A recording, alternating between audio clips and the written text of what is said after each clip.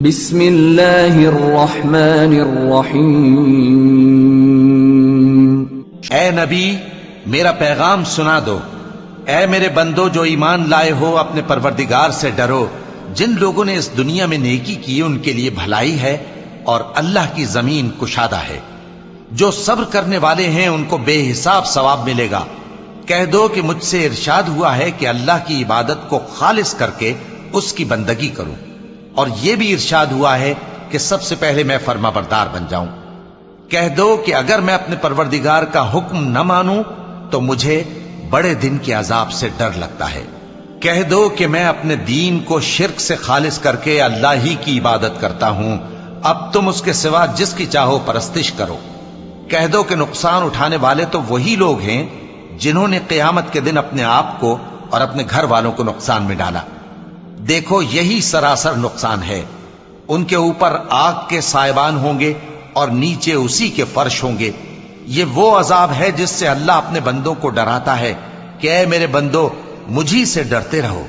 اور جنہوں نے اس بات سے پرہیز کیا کہ بتوں کو پوجیں اور اللہ کی طرف رجوع کیا، ان کے لیے بشارت ہے۔ تو میرے بندوں کو بشارت سنا دو۔ جو بات کو غور سے سنتے ہیں پھر سب سے اچھی باتوں کی پیروی کرتے ہیں، یہی وہ لوگ ہیں جن کو اللہ نے ہدایت دی اور یہی عقل والے ہیں۔ بھلا جس شخص پر عذاب کا حکم صادر ہو چکا ہو تو کیا تم اسے جو دوزخ میں پڑا ہو نکال سکتے ہو؟ لیکن جو لوگ اپنے پروردگار سے ڈرتے ہیں ان کے لیے اونچے اونچے محل ہیں جن کے اوپر بالا خانے بنے ہوئے ہیں اور ان کے نیچے نہریں بہ رہی ہیں۔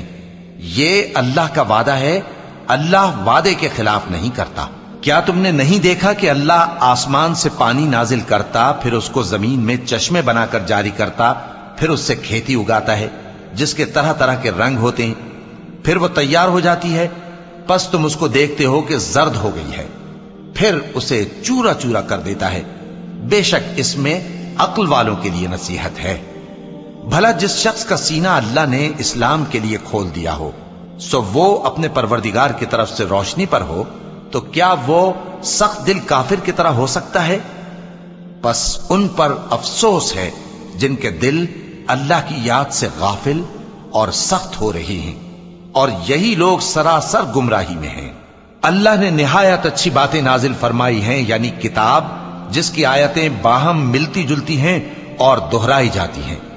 جو لوگ اپنے پروردگار سے ڈرتے ہیں ان کے بدن کے رونگٹے اسے سن کر کھڑے ہو جاتے ہیں، پھر ان کی کھالیں نرم ہو جاتی ہیں اور دل بھی نرم ہو کر اللہ کی یاد کی طرف متوجہ ہو جاتی ہیں۔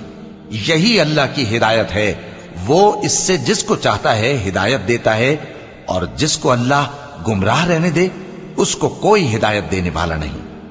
بھلا جو شخص قیامت کے دن اپنے چہرے پر برے عذاب کو روکتا ہو، کیا وہ ویسا ہو سکتا ہے جو چین میں ہو؟ اور ظالموں سے کہا جائے گا کہ جو کچھ تم کرتے رہے تھے اب اس کے مزے چکھو۔ جو لوگ ان سے پہلے تھے انہوں نے بھی تکذیب کی تھی، تو ان پر عذاب ایسی جگہ سے آ گیا کہ ان کو خبر ہی نہ تھی۔ پھر ان کو اللہ نے دنیا کی زندگی میں رسوائی کا مزہ چکھا دیا، اور آخرت کا عذاب تو بہت ہی بڑا ہے۔ کاش یہ سمجھ رکھتے۔